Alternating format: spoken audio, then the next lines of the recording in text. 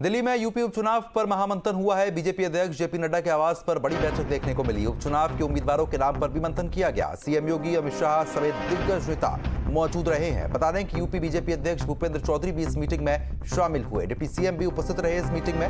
हाल ही में 10 सीटों पर उपचुनाव होने, जिसके मद्देनजर लगातार बैठकें चल रही है और ये बैठक काफी विशेष महत्व रखती है। आपको जानकारी ये भी दे दें कि 10 सीटों पर उपचुनाव को लेकर नामों का मंथन यहां पर किया गया है। यूपी बीजेपी अध्यक्ष भूपेंद्र चौधरी भी मीटिंग में मौजूद रहे हैं। संवाददाता निखिल हमारे साथ जुड़ चुके हैं वीडियो देने के लिए। निखिल, जिस तरीके से महामंथन दिल्ली में देखने को मिला, नामों पर भी एक मंथन किया गया है, सूची भी तैयार हो रही है, क्या अधिक अपडेट है इस पूरी बैठक को लेकर?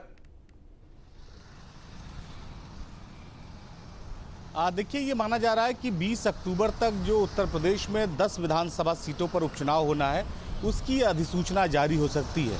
यही वजह है कि भारतीय जनता पार्टी ने इसमें जमीन पर काम करने के बाद अब प्रत्याशियों के चयन की जो है वो कार्रवाई तेज कर दी है।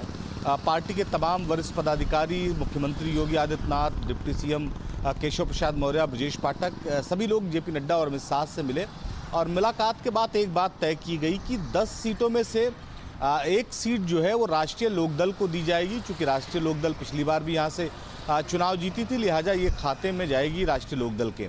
अब 9 सीटों की अगर हम बात करें तो 9 सीटों पर भारतीय जनता पार्टी ने अपनी जो है प्रत्याशियों के नामों का जो पैनल था वो पार्टी के जो वरिष्ठ पदाधिकारी थे उनको सौंप दिया है। हालांकि ये माना जा रहा है कि अभी 9 में से 4 ऐसी सीटें हैं जिन पे प्रत्याशियों के नामों के ऐलान में थोड़ी जो है वो रिसर्च भारतीय जनता पार्टी करेगी, उसके बाद तय करेगी कि प्रत्याशी कौन होगा।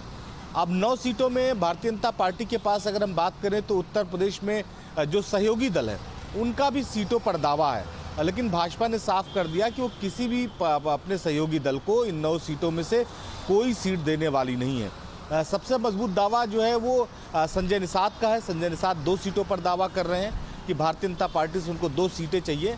लेकिन जो अंदर खाने की खबर है भारतीय जनता पार्टी की, वो ये कह रही है कि जो संजय निषाद है उनको 1 सीट दी जा सकती है, लेकिन शर्त ये होगी कि जो प्रत्याशी होगा वो भारतीय जनता पार्टी के सिंबल पर चुनाव लड़ेगा।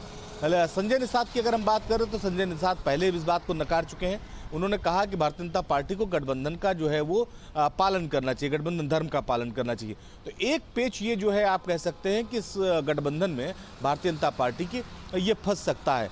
और यही वजह है कि जो संजय निषाद हैं उनको समझाने और मनाने की जिम्मेदारी जो है अमित शाह की तरफ से ब्रजेश पाठक, उत्तर प्रदेश सरकार में जो उप मुख्यमंत्री हैं, केशव प्रसाद मौर्य वो भी उप मुख्यमंत्री हैं, इनको दी गई। तो ये दोनों लोग जो है वो इसमें संजय निषाद से बात करेंगे और प्रयास करेंगे कि पहले तो सीटें ना देनी पड़े, और अगर सीटें देनी पड़े तो 1 सीट पर जो है वो भाजपा के सिंबल पर उनका प्रत्याशी चुनाव लड़े। देखिए, ऐसा इसलिए है क्योंकि भारतीय जनता पार्टी इसलिए चाहती है कि उसके सिंबल पर ही जो है सहयोगी दल का प्रत्याशी चुनाव लड़े। उसके पीछे वजह यह है कि पिछले लोकसभा चुनाव में जिस तरह के परिणाम आए और जिस तरह से समाजवादी पार्टी और कांग्रेस के गठबंधन की तरफ एक मजबूत वोट बैंक जाता हुआ दिखाई पड़े, तो उसके सापेक्ष भारतीय जनता पार्टी ये चाहती है कि एक मजबूत मैसेज ये जाए कि भारतीय जनता पार्टी उत्तर प्रदेश में कमजोर नहीं है। बिल्कुल, कहने के मैसेज आने की जरूरत यहाँ पर देखने को मिल रही है। लेकिन आरएलडी को भी एक सीट देने की बात सामने आ रही है। मिल्कीपुर सीट के लिए भी खास रणनीति यहाँ पर बनाई जा रही है, उसको लेकर अब किस तरीके से रूपरेखा बनेगी?